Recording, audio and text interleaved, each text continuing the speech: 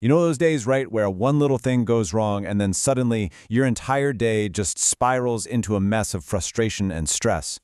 Well, what if you had a tool to stop that spiral dead in its tracks? That's exactly what we're going to break down right now. I mean, we've all been there. Let's say you wake up late. That one event, it's not like it just stays in its own little box, does it? No way. It kicks off a chain reaction. All of a sudden, you're rushing, you're stressed out, and your mood just tanks for the rest of the day. And you can see that domino effect play out right here. A flat tire isn't just a flat tire, it means you're rushing, which means you spill coffee everywhere, which means you show up to work late and flustered, and then your boss calls you out. Before you even know what happened, a simple car problem has turned into a total crisis for your day. But here's the game changer. What if you could stop that whole domino effect right after the first one falls? See, it's not about preventing bad things from happening, because they will. It's about changing how you respond inside. Think of someone like Marcus, a guy who lost his job and his savings in the same week, but 6 months later was doing better than ever. Why? Because he mastered this mental shift that kept him grounded.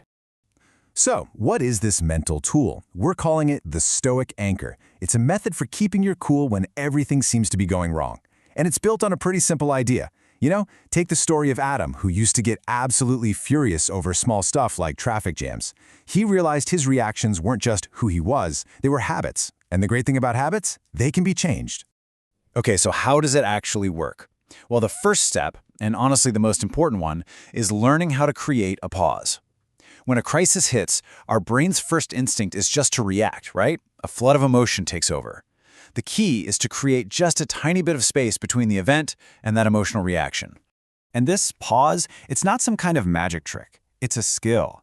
You build it by training what we call the mindfulness muscle. It's just like lifting weights builds your biceps. A little bit of simple daily meditation trains the part of your brain that's in charge of self-control. And in that tiny pause, you get the superpower of actually choosing how you want to respond. And the training itself, it's incredibly simple. We're not talking about chanting or sitting for hours on end. It's a basic, repeatable exercise. Just pay attention to your breathing.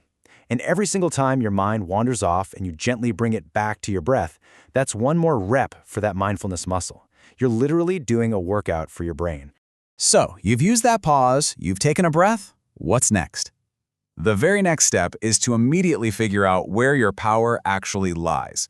This is all about taking back the steering wheel in a situation that feels like it's completely out of your hands. And this brings us to a really cool psychological idea called your locus of control. Now that sounds like a fancy term, but it boils down to a simple question. Do you believe you're in the driver's seat of your life, or do you feel more like a passenger being tossed around by things like bad luck or other people? You can see there are two very different mindsets in a crisis. On one hand, you have the external locus. That's the blame game. It's just my bad luck, it's the traffic, it's my boss's fault. And that just leaves you feeling helpless and totally drained. But when you flip the switch to an internal locus, everything changes. You stop blaming and you start asking, okay, what can I do about this? That immediately gives you your power back and just starves that feeling of anxiety. Really, it all comes down to asking yourself this one simple question. In the middle of all the chaos, just stop for a second and ask, what exactly do I have control over right now?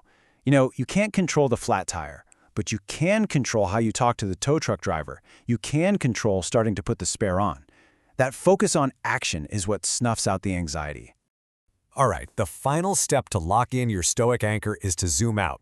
When we get stressed, it's so easy to get trapped, just obsessing over all the tiny, frustrating details. This last step is about intentionally breaking yourself out of that mental trap. This is what we call high-level thinking. Think of it like this. It's the mental version of climbing a mountain to look down at the trail you were just struggling on. From way up high, that frustrating, blocked path suddenly looks like a tiny, insignificant part of a much, much bigger journey. And you can really feel the difference between these two ways of seeing things. Low-level thinking is that panicked voice screaming, "This flat tire is ruining everything." It feels huge, all-consuming. But high-level thinking, it reframes it. It says, you know what? This is a small bump in the road. It just puts the problem back in its proper, much smaller place. And the quickest way to get there is to ask yourself this one simple question. Will this traffic jam, this spilled coffee, that comment from your boss, will any of it actually matter in 10 months? What about 10 years? The answer is almost always a hard no. And just realizing that instantly shrinks the problem down to its true size. Okay, let's bring all this home.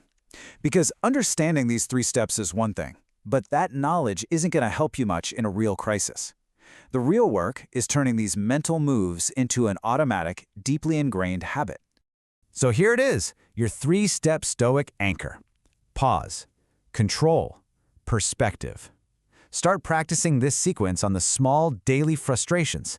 The more you use it when the stakes are low, like in a long grocery line, the more it'll become second nature when the stakes are really high.